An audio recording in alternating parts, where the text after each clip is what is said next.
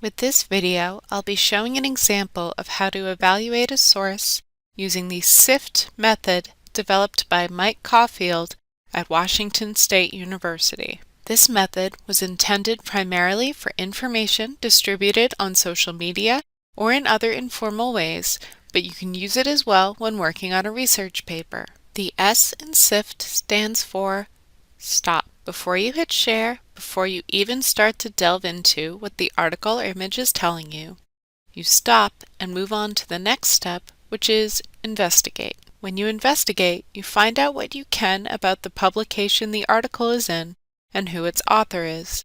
You want to know who is telling you this information so you know how to analyze what they are saying. The F stands for Find Better Coverage. If whatever source you found seems less trustworthy, you will next look to find a more trustworthy source that is covering this story.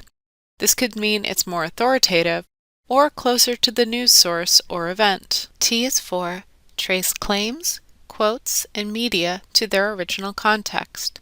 Maybe the article that you found isn't necessarily in a bad source, but it isn't the original source of the story and may have parts edited out that could be important for you to get a complete view on the topic. To get a fuller picture, you want to trace its claims back to their original context or source. Say, for example, that you are writing a paper about management and gender in the workplace, and you remember that you read this article, so you go back to it. Before you put it aside for your bibliography, stop and investigate what the publication is. Wikipedia can help in this context just as a check or to use if you found a source you've never heard about.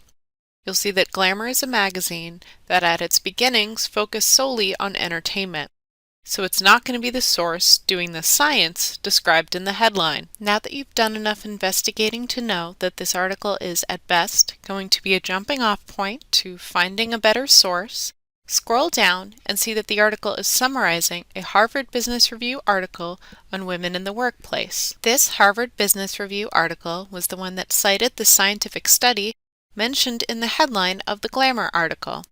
But even in this summary of the study, you'll see that the results don't really match with what's said in the headline. Let's trace it back to its original context. You can use the link to get to the study. If you're on campus, since it's in a database that we subscribe to, you can click right through. If you're off campus, you can navigate to Scopus on our databases page and then search for the title of the article. You'll be able to get to it with the Find Full Text link.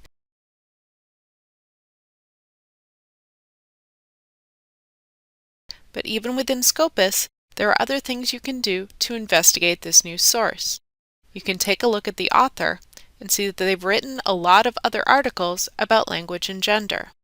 You can investigate the journal and see that it's cited a lot within other language journals and has been in publication since the 1980s. From this investigation, you'll feel confident that the original context for the study mentioned in this article is in a respected academic journal by someone with expertise in the field. Reading articles outside of your field can be difficult, but you can take a look at the abstract and see if it lines up with what's reported in the popular source that you found. In the abstract, it says that a significant result was that participants interrupted female speakers more, but it doesn't say whether there was a significant difference in which gender the interrupter was. To see the full findings, go into the Results section to look for the results chart.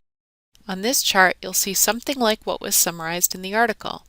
It says that both men and women interrupt women more often than they interrupt men. So by using the SIFT method, you took an article that may have made you report erroneous information in your paper if you'd just taken it at face value, and used it to find a more reliable source that gives you more nuanced information. And it only took you a few minutes. Thank you for watching, and please feel free to contact us if you're having trouble telling if a source is reliable or how to trace back a claim to its original context.